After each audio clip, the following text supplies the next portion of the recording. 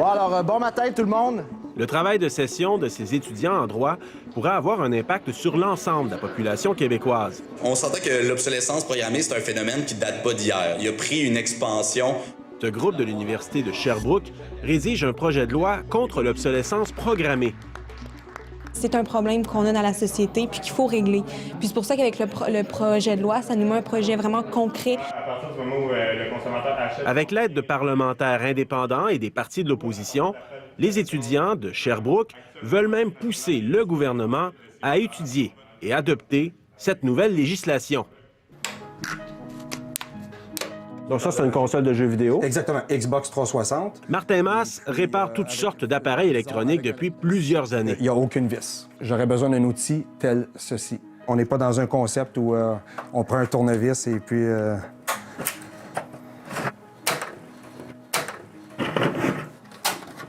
Alors là, je commence à avoir un accès plus normal.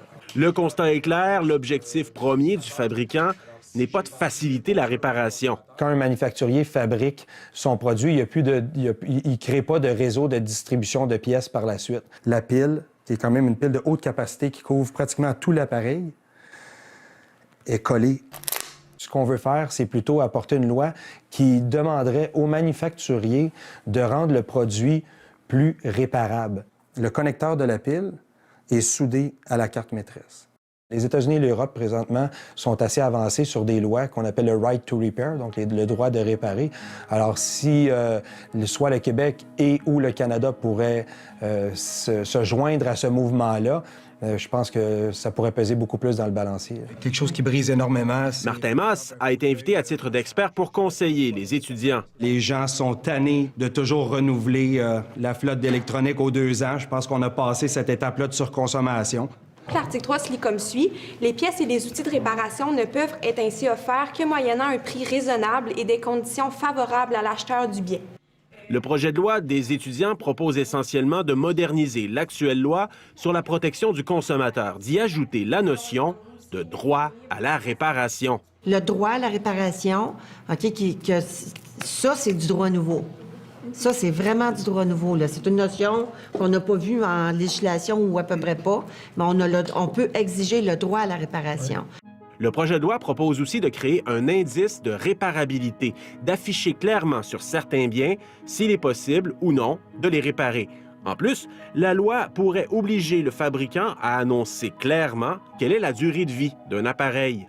Ça va permettre à la loi de la garantie légale d'arrêter d'être interprétée. Parce que là, présentement, si on va au cours des petites créances, c'est un juge qui doit interpréter la durée de vie d'un produit. Mais forcer les fabricants ne sera pas facile. Je suis très anxieux et nerveux de voir comment on va réussir à expliquer comment demander aux grands manufacturiers de produire des manuels de réparation. En plus, il faut s'assurer que le gouvernement accepte de mettre le projet de loi à l'ordre du jour. L'essentiel du projet, il faut que ça soit supporté par un mouvement populaire. Là. Il faut qu'il y ait un appui, en fait. On a déjà sorti une pétition qui est sur le site de l'Assemblée nationale, qui est ultra facile à les signer. Les citoyens ont jusqu'au 1er avril pour signer la pétition, pour faire pression sur le gouvernement pour qu'il entende ce projet de loi contre l'obsolescence programmée. Quel bon reportage, Vincent. C'est clair, la volonté de ces gens-là est limpide.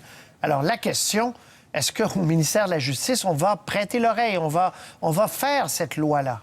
Dans le gouvernement Legault actuellement, c'est l'adjointe parlementaire de la ministre de la Justice, Sonia Lebel, qui a la responsabilité du volet protection des consommateurs. Et la députée Lucie Lecourt, elle a rencontré le groupe d'étudiants de l'Université de Sherbrooke le 11 mars dernier.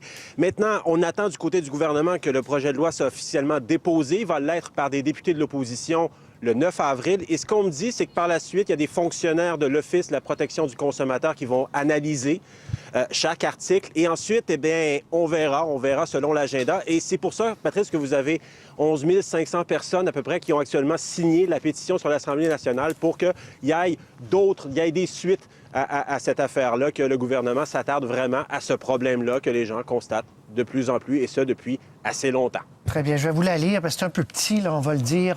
www.assemblée nationale, asnat pour Assemblée nationale.qc.ca. Alors, ceux que ça intéresse, parce que ça touche beaucoup de monde. Ou simplement chercher pétition obsolescence programmée, vous allez facilement la trouver. C'était fascinant, cet homme qui vous expliquait que tu peux pas l'ouvrir, la machine. Non. Lui, il a fallu qu'il se bidule vraiment des instruments pour défaire des morceaux. Puis ensuite, il a accès. C'est vraiment bien fait. Très bien. Alors, merci Vincent. Au revoir. Au revoir.